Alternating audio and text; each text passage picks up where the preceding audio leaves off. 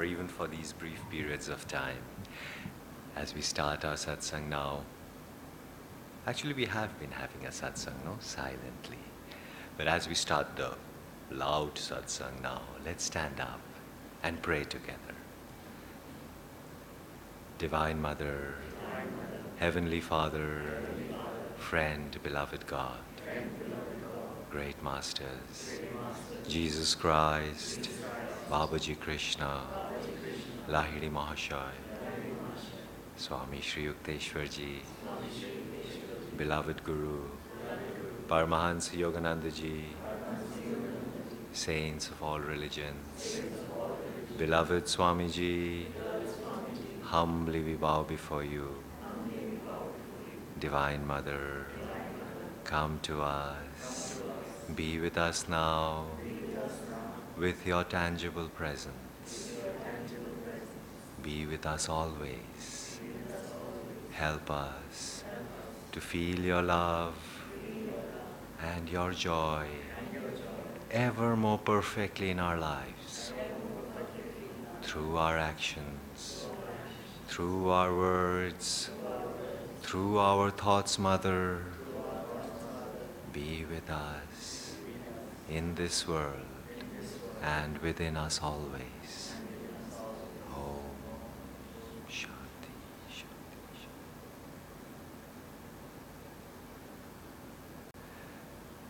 It's just so wonderful to hear these words of wisdom that come from Krishna, that were interpreted by our Guru Paramahansa Yogananda, who himself said he tuned into the consciousness of Ved Vyas to receive the interpretation and the Gita.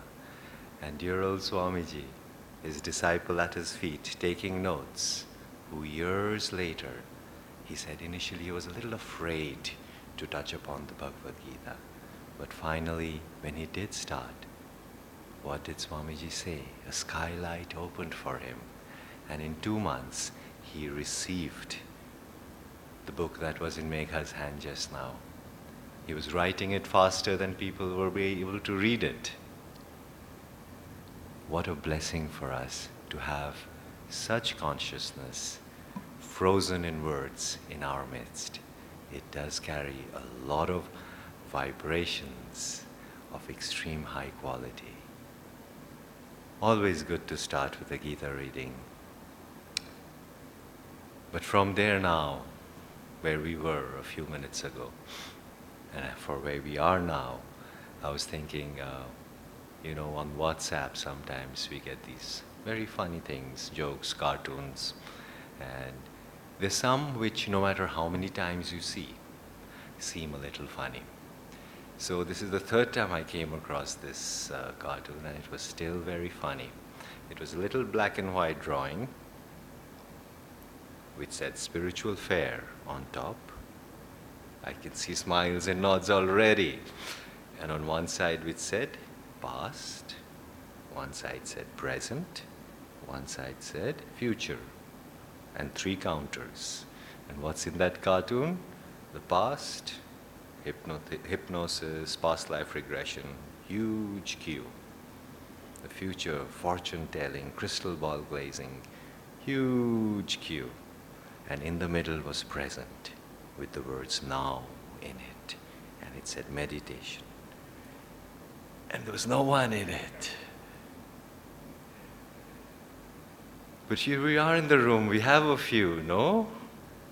I think we are in a better place than wherever this guy got the idea from. What is our trouble?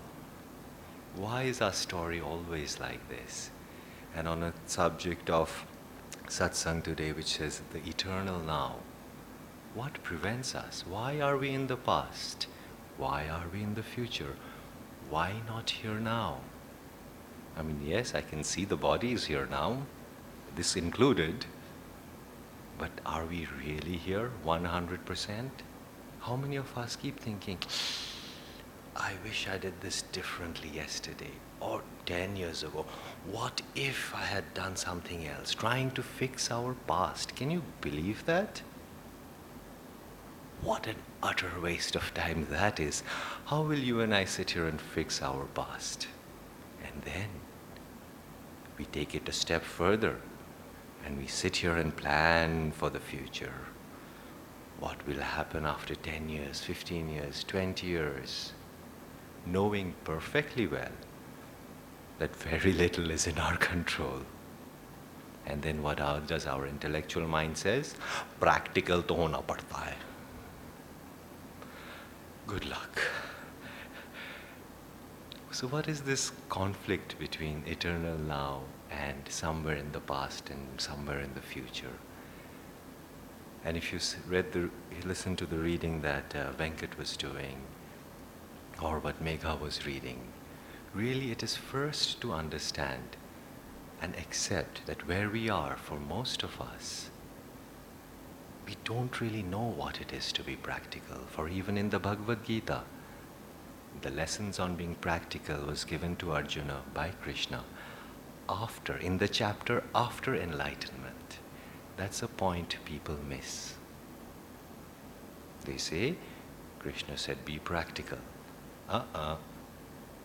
First, Krishna made sure Arjuna was enlightened, had the cosmic consciousness, knew what that connection, unbroken connection with God was. And then he taught him how to be practical. Exactly the same what Yukteswarji did with Paramahansa Yogananda, when he gave him the touch of cosmic consciousness. And when from the time of bliss, young Mukunda, who wasn't even meditating that day, by the way, remember? That's hopeful, that gives me hope. And then when the blissful young Mukunda came out, what did Yukteswarji do? Gave him a broom and said, Chalo, let's sweep the floor together. So all of us who wake up in the morning and want to sweep the floor together first and then try and look for cosmic consciousness have got the now a little wrong. And even in this book, what Venkat was reading, it just seems so easy. Lift your eyes and there is ecstasy already. All right, let's try it. Lift my eyes. Uh-oh, where did that ecstasy go? Maybe it will come later. Maybe I'm not worthy of it. Maybe I'm not fit.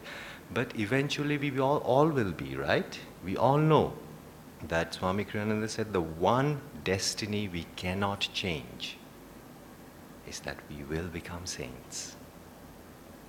Every other destiny in between is fluid, changeable, day by day. What I choose to do now will shape my tomorrow. But one destiny that will never change, even I cannot change it, is that I will be a saint. So, what Master said, eventually, why not now?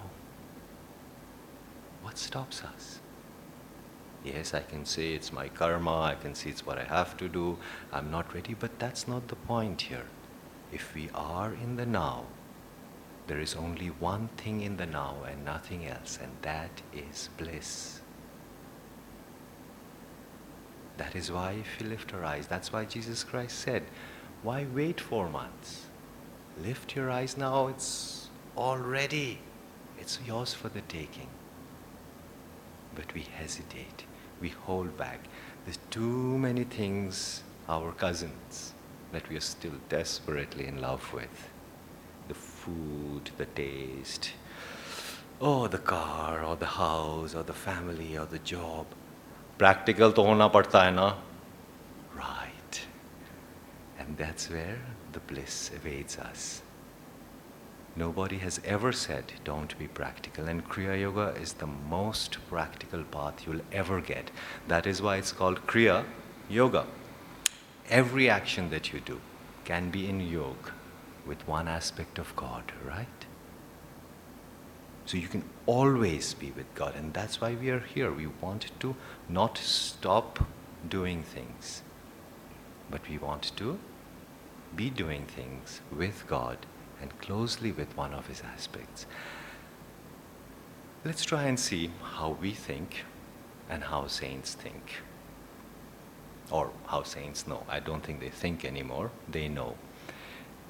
So let me tell you a few stories and watch your reactions and think of what you, and I think always what I would do in this place. So there was Anandamoyi Ma. You've heard of her? This a body embodiment of joy and love, and this Divine Mother really in physical form. So the devotee came to Anandamoyi Ma and said, Ma, I want to find God. I don't want to do anything, but I want to find God. And today if I go and sit under a tree and I say, God, I will not do anything, I will not move, I will not eat until you come. Will he come? Anandamoyi Ma said, yes, he will. The devotee said, but Ma, what if he doesn't come? What if I get hungry? And what if it's hot and I get dehydrated? What if I die? Anandamoyi Ma said, well, die then. When you're born again, your willpower will be so strong that God will come right away to you then. Go. Oops, cannot do. See, we are so afraid. But the saint said, it's all right, it's worth dying to try and find God. It's not a problem. But practical to hona padta hai na, we have to be practical. Have you heard your voices when you say that thing sometimes? God, I hear it often, I hear it a lot. There was this saint who was living in the village, just outskirts of the village. Youngish saint. And people liked him, people went to him, and as sometimes happens with very, very magnetic and attractive saints, a lady in the village fell in love with the saint and wanted to marry the saint. But the saint said, my life is for God, I'm so sorry. I respect you, you can be my disciple, you can stay here, but I cannot marry you. And the woman kept coming to the ashram, kept trying to stay, but the saint won't accept it. The woman, not, as the story goes, not being fully in control of her energy, ended up having a child. And she was not married yet. And so the villagers went, oh, what have you done? So this woman said, it's not me, it's the saint who did it, who I go to all the time. And the villagers were very angry. They went with bricks and sticks and stones, beat the saint up, and the saint went into the forest. And a year or so later, this lady, this woman was supposed to get married. And she took the child to the saint and said, you keep this child. The saint now, living quietly, alone, obscure in the forest, said, okay. Took the child. The woman left. A year passed, 2, 3, 4, 7, 8 years passed. And by that time, this woman just was repenting, feeling very bad for what she's done. Went back to the saint to apologize and said, basically, I'm very sorry for what I was done. I was foolish, I was afraid, I was trying to help myself. The saint said, it's okay. And in that, all these years, the saint, through his tapasya, through his sadhana, would always look after the child. Feed him, bathe him, educate this little boy, play with him as much as possible, put the child to sleep. It was like his own. But 8 years later, when the real mom came and said, as an atonement for my mistake, I would like to have my son back. The saint said, okay, take, thank you. And he continued with his life. A spectacular example of being in the now. But I guess we have to be a saint to be able to do that properly. That always you do not deviate from your dharma. What is your right action? And what is a saint's right action? To be kind, to be helpful, to be loving, to be generous. And when the time came, he left. He let the child go. How many of us who've brought up a child so lovingly for 7, 8 years will be able to let the child go? We tend to cling on. All these years, see, we go back into the past. All these years I have spent so much time with my child. I cannot let go.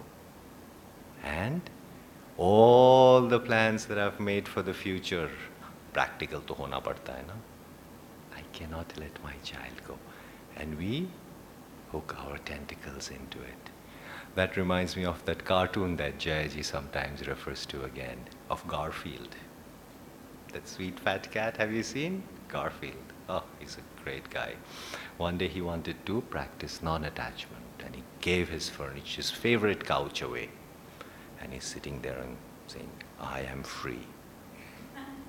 And as the couch is being taken away, the next frame, you can see the claw marks on the couch. So this is the claws that we have, which we dig into everything around us, that prevents us from being in the now. In the now, believe me, nothing but bliss happens. There is nothing else. And that is where this affirmation that we did, the little bit that in that explanation of it was, the more you give, the more you share, what does it do? It takes us away from self-preoccupation. The I, my, me, mine, which again prevents us from being in the now. Who, other than you, cares about your opinion? No one. What you think is right and wrong, who cares? 8 billion people in this world, nobody cares except you. Let go. Be free. Be free from your limiting opinions, prejudices, judgments, the sense of right and wrong. Despite practicality, let it go and see what comes out. You free yourself to receive the bliss and share it. And also, if you think of the other stories of being in the now, this famous story of Saint Anthony of the desert, who was alone in the tomb, did a lot of tapasya, and the higher he grew in his spiritual stature, the more trouble Satan tried to cause him, until at last Satan himself had come and was trying to take Anthony away, saying, no God exists, it's only I. And the tomb started to crack and break. And when Saint Anthony at that moment, it's beautiful to hear it in Yoganandaji's voice, when he pleaded to Jesus Christ, for that is what his connection with the divine was. And where are you? I will still not let you go. And what did Saint Anthony hear? As he said, God, have you abandoned me? In Yoganandaji's voice, if you hear, you will love it. And Yoganandaji says, and Saint Anthony heard the voice, Anthony, have I not always been with you? And that was, in Yoganandaji's voice, Jesus Christ speaking. Always been with you. So where do we miss these out? It's in our restless search for being practical. Don't do that. Seek ye first the kingdom of God. Jesus Christ had said, and all such things will be added unto you. Why do we make it so difficult? How many things do you think you can do if God didn't help you? Every step of the way you can take His help. And more you practice that, in small things, the more He will be there in the bigger things of your life. Always include Him. And then you will see that right now, right here, God is there. Don't have to wait 4 months. When you lift your eyes, He is there now. in the last analysis, as I run way out of time, something Swami Kriyananda did with some of the founding members of Ananda really stands out. And I think Asha Nayaswami will be here with us in August. And if you meet her one-to-one, ask her about this story, for she was there. She knew it. It happened with her. And so there was Swami Kriyananda sitting on the couch. And there were about 7, 8 people who were, that was Ananda really, worldwide. And Swami Kriyananda was going out of the village, Ananda village, somewhere else, leaving them alone.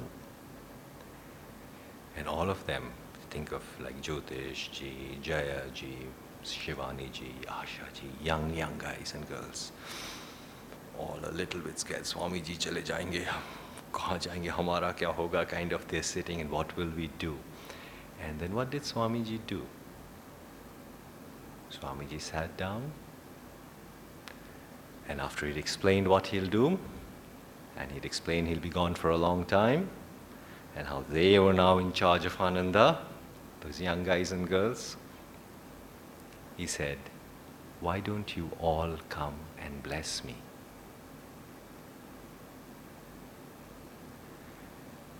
Everybody froze. Nobody moved. I will go and bless Swami Kriyananda. No, cannot do. Nahi hoga.